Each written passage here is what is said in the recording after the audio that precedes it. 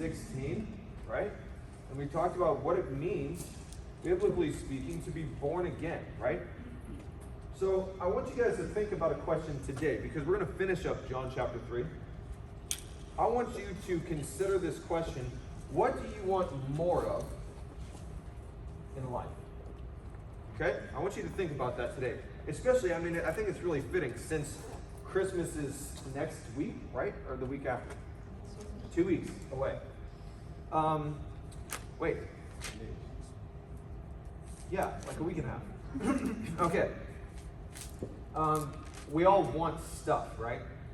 And we're hoping to get certain presents and whatnot. So I want you just to consider this question: what do you want more of in life?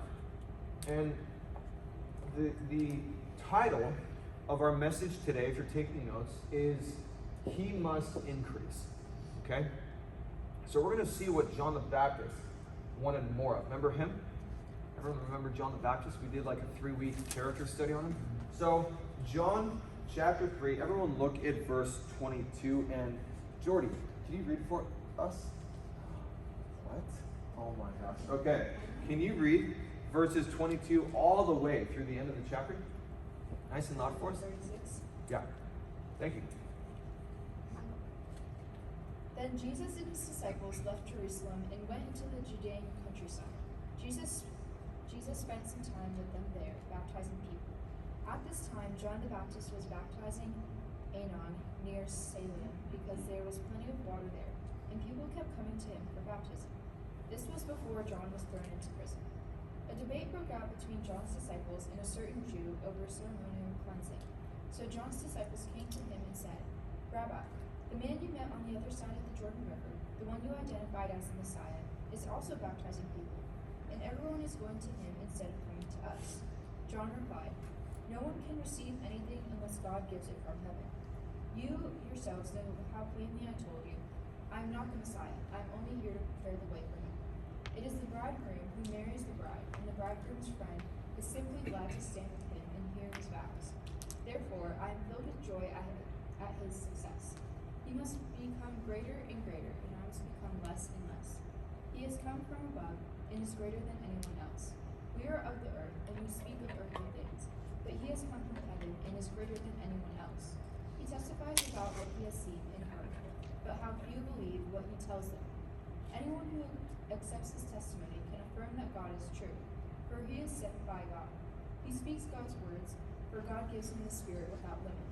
The Father loves his Son and has put everything into his hands, and anyone who believes in God's Son has eternal life. Anyone who doesn't obey the Son will never experience eternal life, but remains under God's angry judgment." Okay. I totally forgot to do announcements, so let's just do those really fast. So, oh wow, I wonder what that was. So, don't forget, guys, that this Wednesday is our youth group Christmas party. It's going to be epic and awesome. So, stay tuned for that in the youth group WhatsApp chat. And then Thursday night, we're going caroling in Kim's neighborhood. Who's coming to that? All right, awesome. Don't miss out, guys. It's going to be a great time for us to go and just show the love of Jesus to people. Also, Saturday, either at 1:30 you could go for an hour, or at 2:30 you could go for an hour to the 2 different senior homes, and we're going to just show the love of Christ during Christmas time to the people living in the senior homes.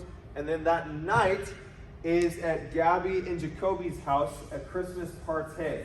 And Gabby might be doing some Christmas songs, or she might not, depending on if her acrylic nails fall off or not. That's going to be great for the video. And then we might do youth group in the park the next day, or we might just combine that with the night before, and we'll see what happens. The other announcement is something that I announced on Wednesday night, something really important, really huge, really awesome, and it is our...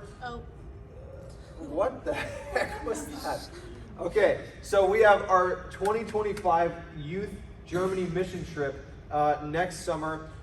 June 5th is when we're leaving tentatively, so you guys can get your phones out really quick if you want, if you didn't already on Wednesday, and you can scan this QR code where you can apply for the trip. Or if you're in the youth group WhatsApp chat, I sent the link there as well. So this is going to be an amazing opportunity. As you guys just heard, a few weeks ago, I guess, like a month ago, from your fellow students about the Germany trip we just went on. We're going to do the same thing this coming summer, and it's going to be an amazing opportunity.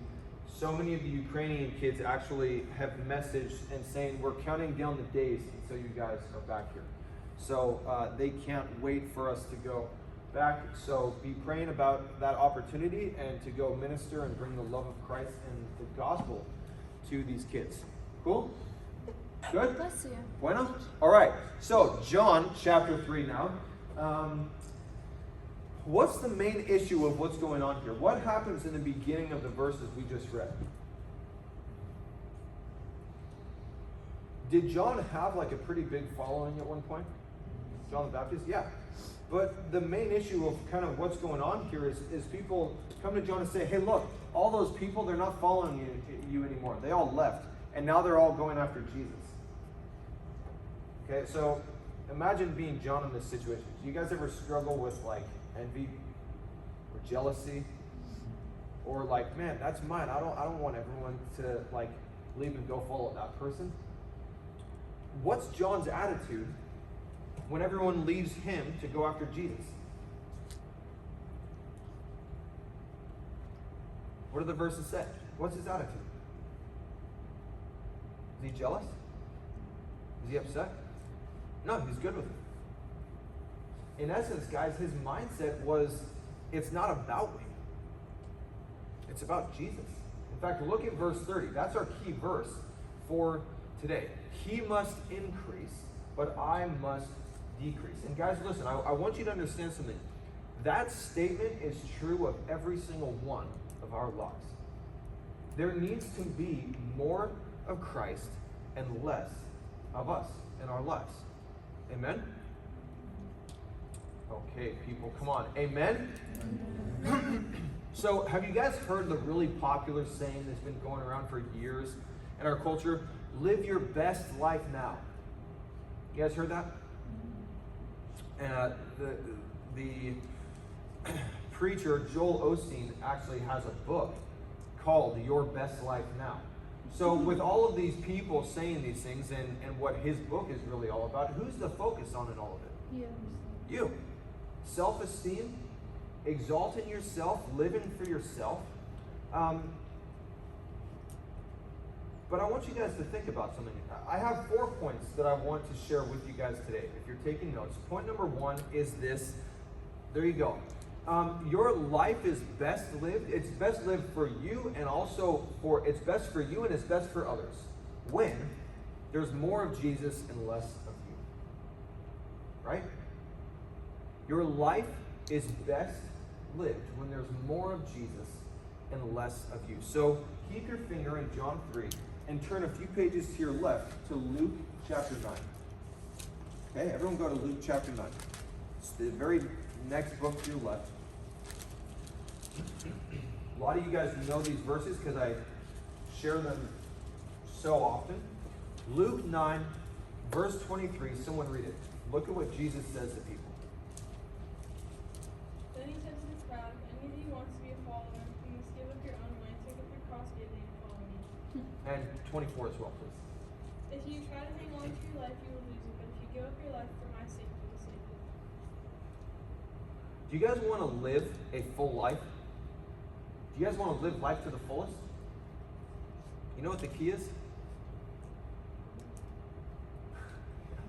Live it for Christ. Don't be selfish. And guys, John the Baptist realized that his purpose on this earth and his mission was to draw people to Jesus, to make much of Jesus.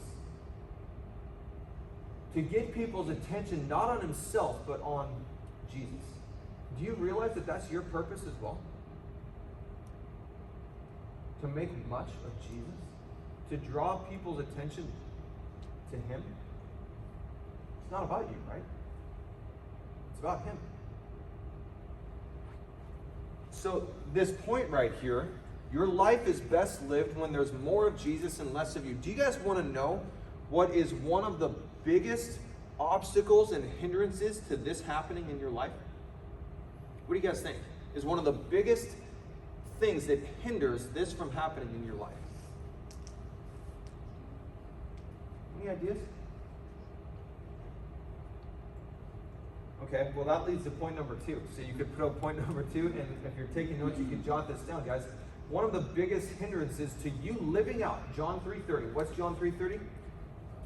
He must increase, but I must decrease. One of the biggest hindrances to you living that verse out, especially in your teen years, is focusing on and this obsession with trying to fit in and be liked and accepted by others.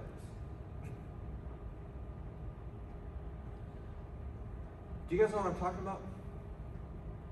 At your guys' age, especially in like middle school, high school, and even into college, but especially middle school and high school, guys, at your age in life right now, there is so much pressure to try to fit in. Raise your hand if you can relate to that. And not only is there pressure from the world, but that's kind of like a natural desire within us, right? I mean, naturally, we don't want to be the odd person out. Naturally, we want to fit in and be liked by people. But I want to kind of brainstorm together for a few minutes. What are some of the ways that you guys feel pressure at times to do that, to fit in? What are some ways that you feel pressure, like I got to do this, I got to change this in order to fit in with everyone else?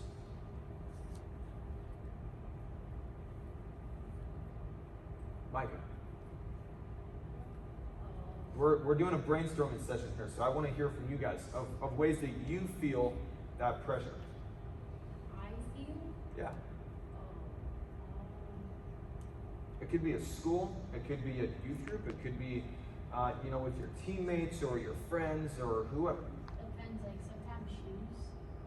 Like Okay, what how shoes so? you wear. Huh? What shoes you wear. Okay, for sure. It's definitely true for some people. Because some people are that shallow, right? That they like you or don't like you based on what you wear. Right? For sure.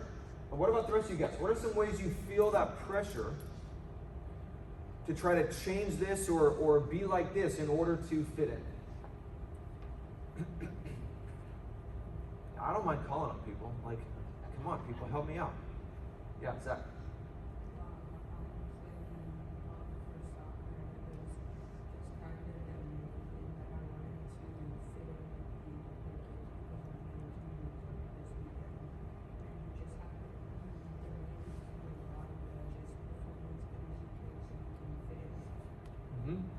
Yeah, that's a great point. How else? What are some ways you guys feel that pressure?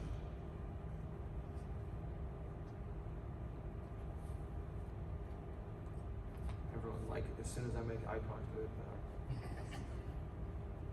Yeah, Vivian.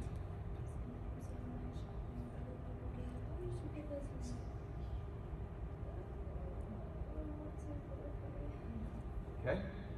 Yeah. All right, let's break it up into some categories. Since all of you are so shy or maybe tired today. We feel pressured. Yeah. How about with speech? With language, right? Now it could be for some of you the pressure to, use what our culture considers bad language in order to fit in with this certain crowd, like, because, guys, people don't change. It's kind of always been the case that, like, people think they're cool if they use bad language. You know what I mean? Like, you experienced that at school, but I experienced that in school. My parents experienced that in school. My grandparents, we're all the same. People don't change.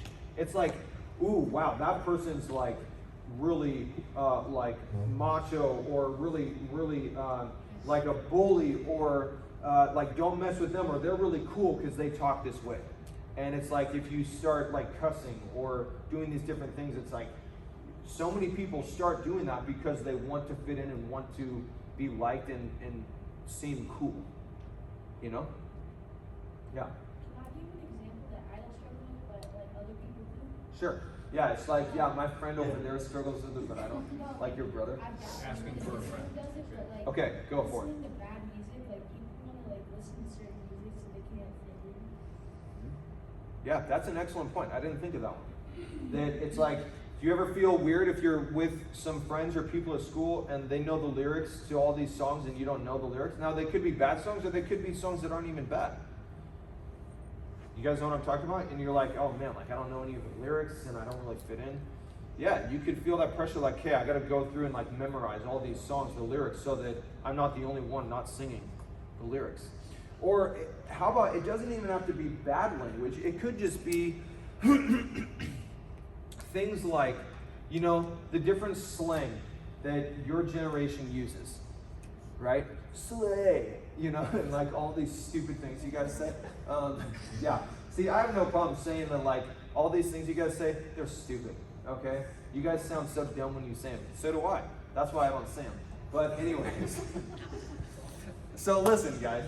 Do you guys know what I'm talking about, though? It's like people are always coming up with new slang terms that your generation uses, and it's like maybe you feel, hey, I have to talk a certain way. I have to keep up on all of the latest new terms that people are using, that my generation uses. I can't just be myself. I have to change and talk like everyone else so that I fit in. And so I'm gonna go on Google and like Google, you know, Urban Dictionary and like all of the like the terms that my generation uses and what they mean, so that I use them in the right context and so that, you know, I sound like everyone else. Have you guys ever thought that like one person comes up with a term and then they start saying it and then everyone just starts following what this one person does? Like someone had to think of that and change the meaning of a term. And it's like, why does everyone want to follow what that person does? And the idea is, I have to be like everyone else. Otherwise, I'll be the odd one out, and we're so afraid of being different from everyone else, right? Do you know that without all of that, you are still valuable? Guys, if you remove all of that and you don't, like, if you didn't know any of those terms that all of your peers use, and like you were the odd one out because you didn't know all those and talk the way that everyone else does, did you know that that doesn't change your value as a person? Yeah, Court. No, please. No, it's just a funny story, but it's stupid after. Who wants to hear Courtney's funny I want to hear it. I I want to go forward now. It's just Stand up. an example of like, just how influential that is, because you were saying like one person comes up with something and everybody adopts it. When we were in Germany, we were coming up with a team name for mine and Savannah's team, and one of the girls was like, Skibbity Toilet, Skibbity Toilet. She's a Ukrainian girl living in Germany that like she speaks the exact same as like every 8-year-old in America.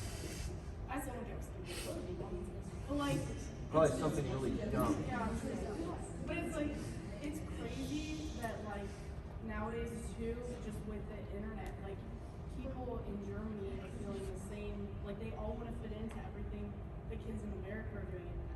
I don't know, it just kind of blew my mind. Like, I feel like the world has gone so much bigger in that too, which I think increases the pressure.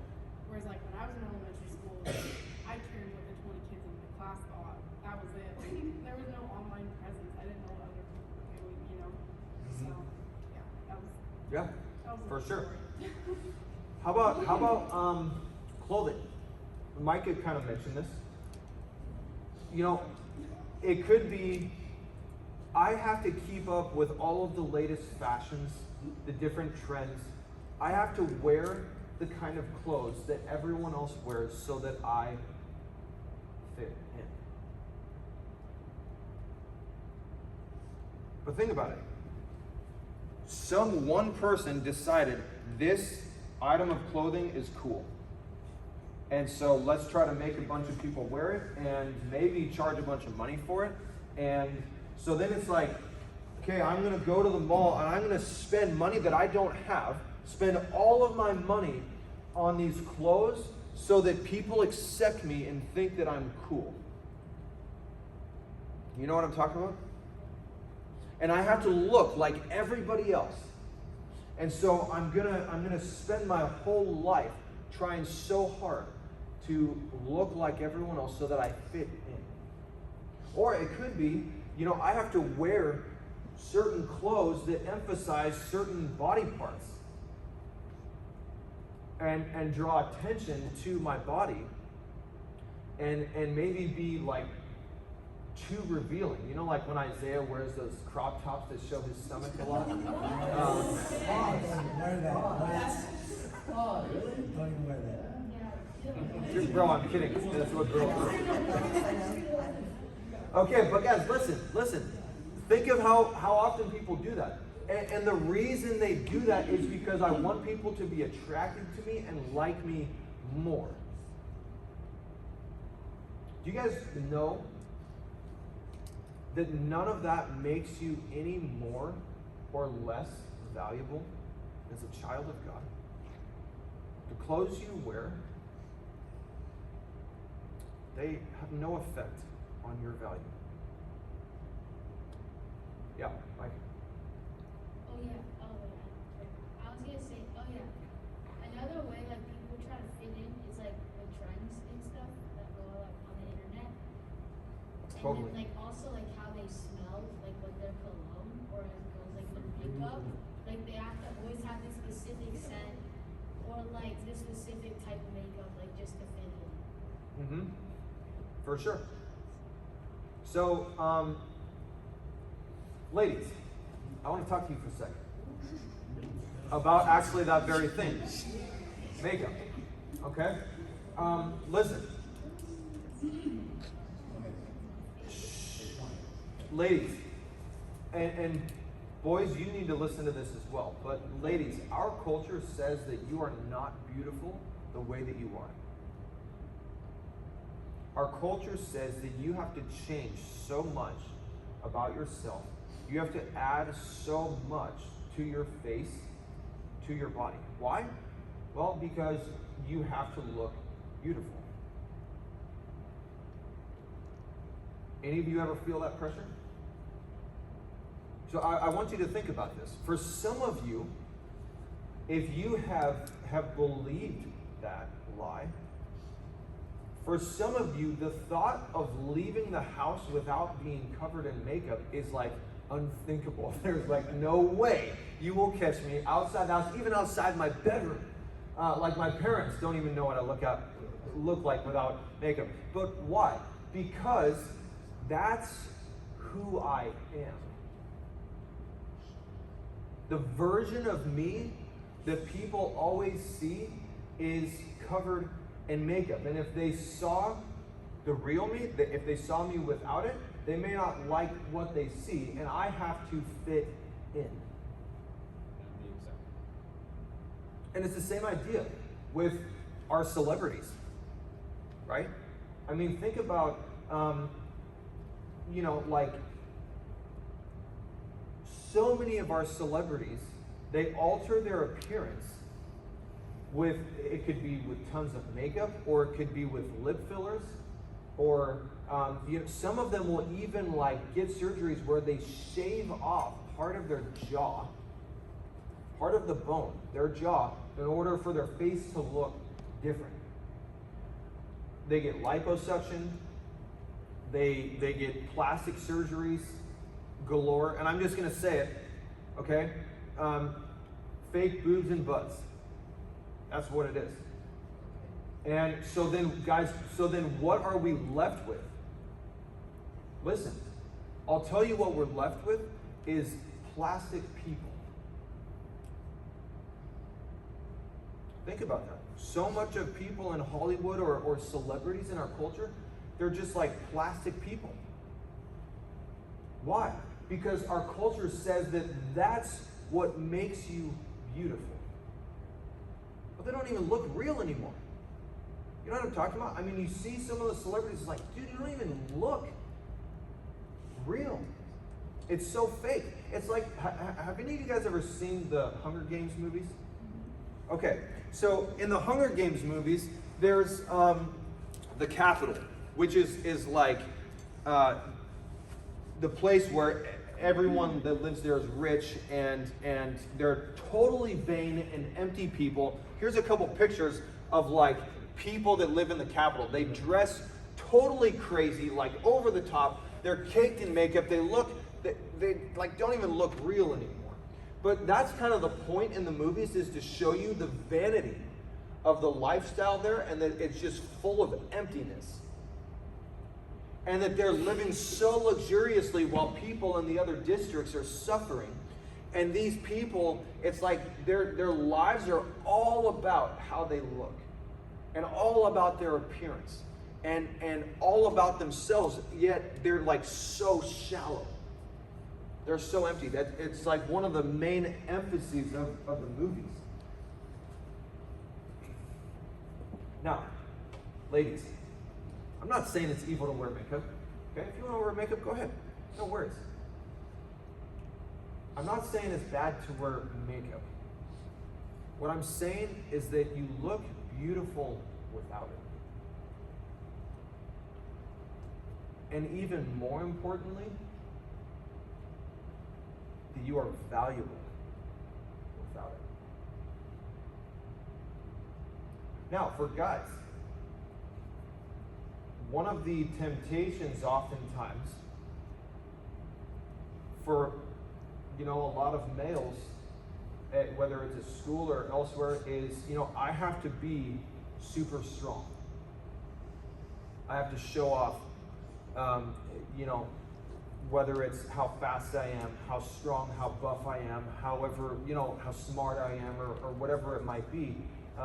And sometimes it's like, because I gotta get the girls attracted to me, so I have to like go around and make sure like the vein in my bicep is like bulging out, and I can do more push-ups than everyone else, and I'll like squeeze my arm to like make the cut off the blood circulation so the vein pops out, and then like walk around like so the ladies see like how strong I am. Or, it could be, so that I fit in. But here's a little news flash, okay? Maybe the ladies will attest to this, I don't know. But most women don't think that's really cool. Like, most women aren't like, oh my gosh, that guy's so strong. He's like the coolest guy in school.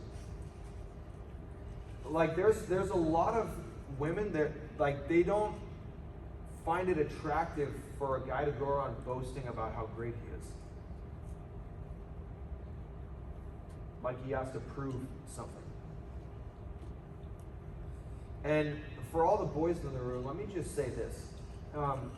Being physically strong, or, fast, or being like the cool person, that's not what makes you a man.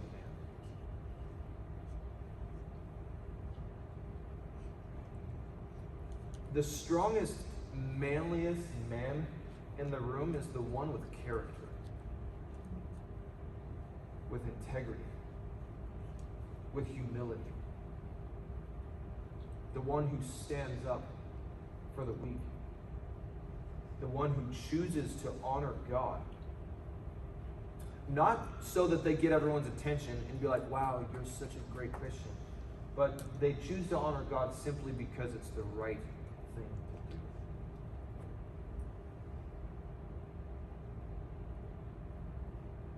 How about, it could be for some of you, your body.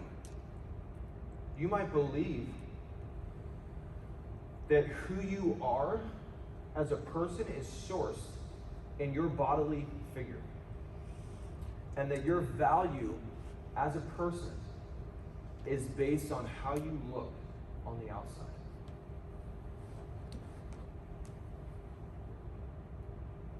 Do you know that if you got into a car accident and your body was seriously disfigured and you were deformed for the rest of your life,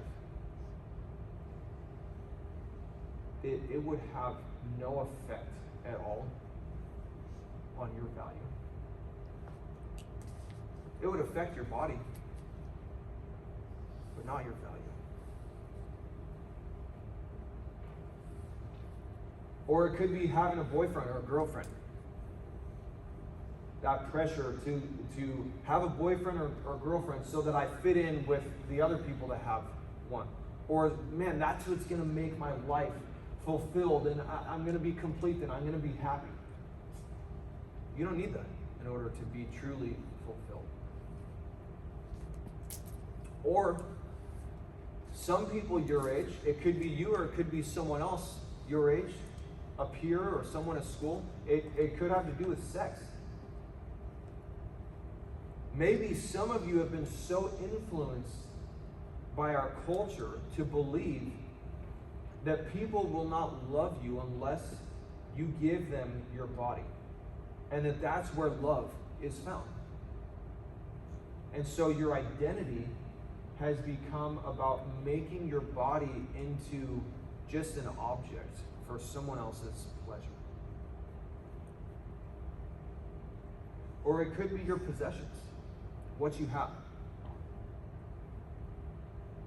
You know, I have to fit in with people, so that means I gotta have the latest, coolest stuff, whether it's phone, or for those of you, once you start driving, or if you're already driving, it's like, man, I don't want to drive this beater car that my parents gave me. Like, look at these other kids, whose families have money and they're driving really nice cars to school, and I'm like, driving this piece of junk, and I'm gonna be considered like a loser. I can't let people see me drive up to school in this.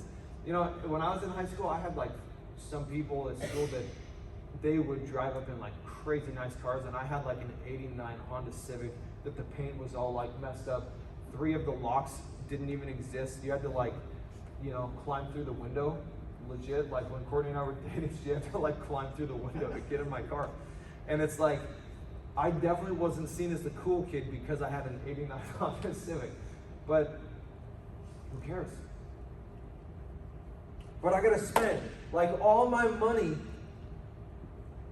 getting what everyone else has simply so that I look like everyone else, and I talk like everyone else, and I dress like everyone else, and I just am like everybody else.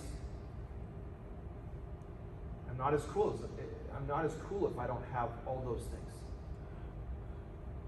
Did you know that you're just as valuable without all that? I want to ask you 2 questions today. The first is this. With all those things that I just mentioned, where's the focus?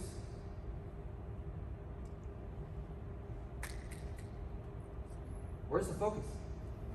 Self. It's totally on self. That I have to, and it's all for me, so that I look better, so that I fit in, so that all these things about me. And the second question I want to ask you is, where is your identity found? Where is your identity source? Guys, we are all broken, sinful people, right? When we put self on the throne and we let self decide where our identity is found, you know what we end up doing? We end up believing a lot of lies. And we become so self-absorbed, and we focus so much on just trying to fit in and be like everyone else, when all along, can you put this verse up? You know what the Bible says? You are complete in Him.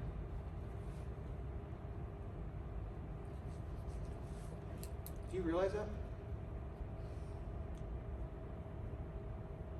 We spend so much time trying to pursue all these other things to think, I'll be complete then.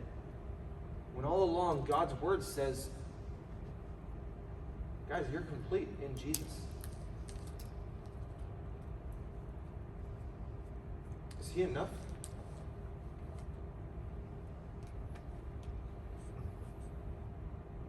Guys, we were created for Him.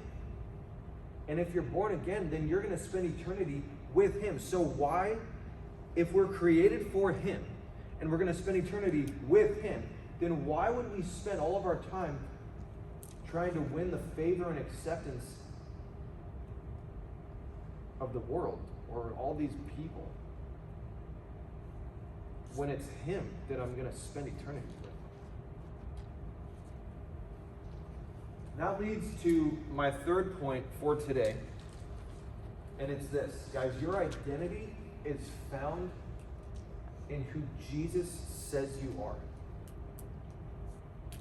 not in who the world says that you need to be. Does that make sense? Your identity is found in three things.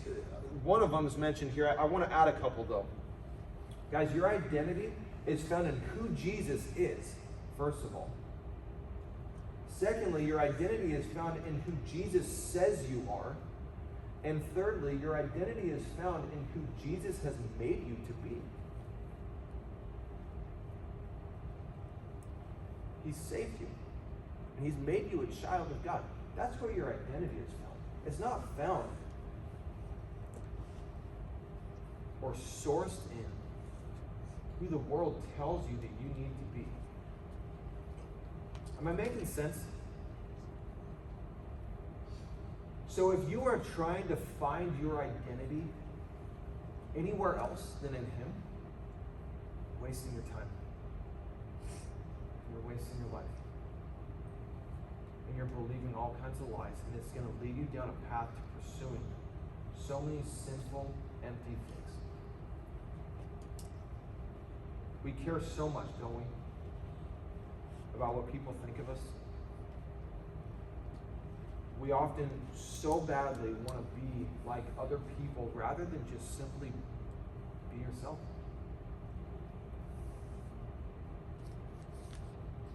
I'll tell you guys this. The Gabby that I love to hang out with is not the Gabby who tries to be like that person over there, or tries to be like and fit in with this crowd of people at school, or tries to change to be like this person over here. My favorite Gabby to hang out with is just Gabby. My favorite Gabe is the Gabe who's just himself. Not a Gabe who is fake, tries to be someone that he's not, tries to be like other people. I love people who are sincere and real. We spend so much time trying to be like other people rather than just be yourself. Now, obviously, who you are needs to change, right? We all need to be changed to be more like Jesus. So, even more importantly, what we should be focused on is being like Jesus, right? That should be our primary goal and focus in life. When I was a kid, I had a friend named Michael. And my dad was dropping me off at his house one day, and I was probably like 6 or 7. And as we pulled up to his house, I said, man, one day I want to be like Michael. And my dad said something to me when I was like 6 or 7 years old, but like I never forgot it. He said, son, you should want to be like Jesus. And when he said that, I was like, oh. But like, all these years later, I haven't forgotten that. And that was like such a profound lesson for me to learn as a kid. Like, yeah, my focus like is in the wrong place. Christ should be the one that I want to be like. But you have so much pressure in your life. And let me tell you this. Once you're out of high school, you still have pressure to fit in, right? All of the adults can tell you this. When you have a job one day and you're in a career, there's going to be pressure to fit in and be like everyone else. Even amongst Christians, there's going to be pressure to adapt yourself so that you're like everyone else rather than just being yourself. In all different areas of life, some of those pressures will look different later in life.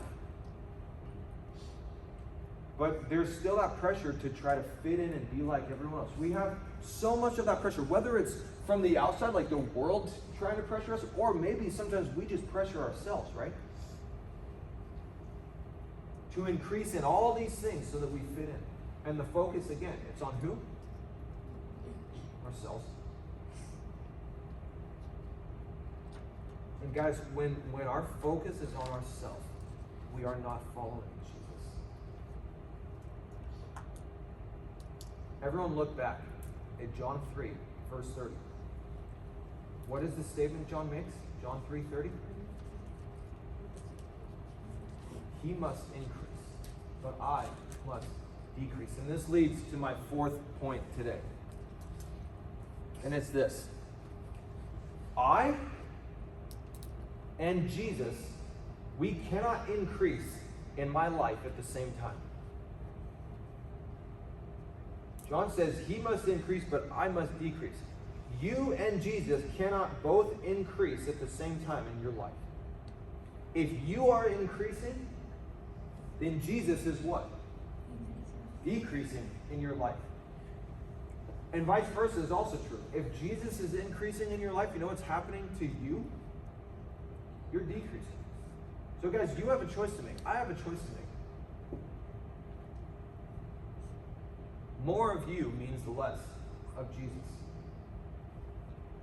If you're constantly focused on yourself and trying to fit in, trying to be like everyone else, then you're choosing more of you and less of Jesus. And guys, when you're doing that, you're failing to recognize that your identity is found in who Jesus says you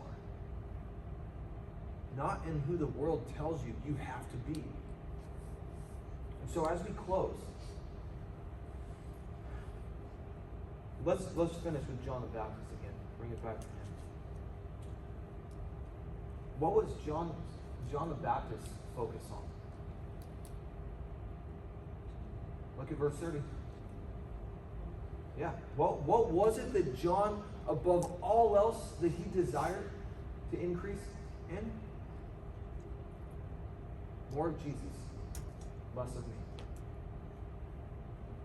Paul had the same ambition in life. Could you put up Galatians 2:20? Paul says, I have been crucified with Christ. It is no longer I who live, but who lives in me? Christ lives in me. And the life that I now live in the flesh, I live by faith in the Son of God who loved me and gave himself for me. Don't you love that? I've been crucified with Christ. I'm dead.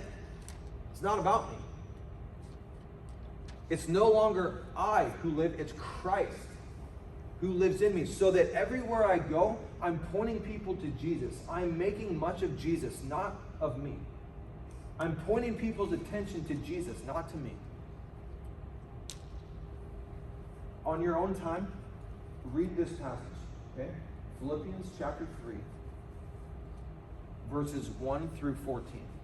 Philippians 3, verses 1 through 14, and Paul gets into this in more detail, and it's a phenomenal passage about how Paul just wanted everything in his life, his greatest ambition, to be about Jesus. You know, guys, John's attitude, everything was being taken away. All the crowd, all the fame, popularity, but it's all good. Why? Because it's not about me, it's about Jesus. So, as we close, is your attitude one of more of you, more of self? Maybe just because I totally want to live for myself, or maybe it's because I want to try to fit in with everyone else? Or is your attitude, your greatest ambition, what you're pursuing in life is, I want more of Christ in me and less of me? I want you to seriously think about that today, okay? So, you could stop the video, thank you. And here's what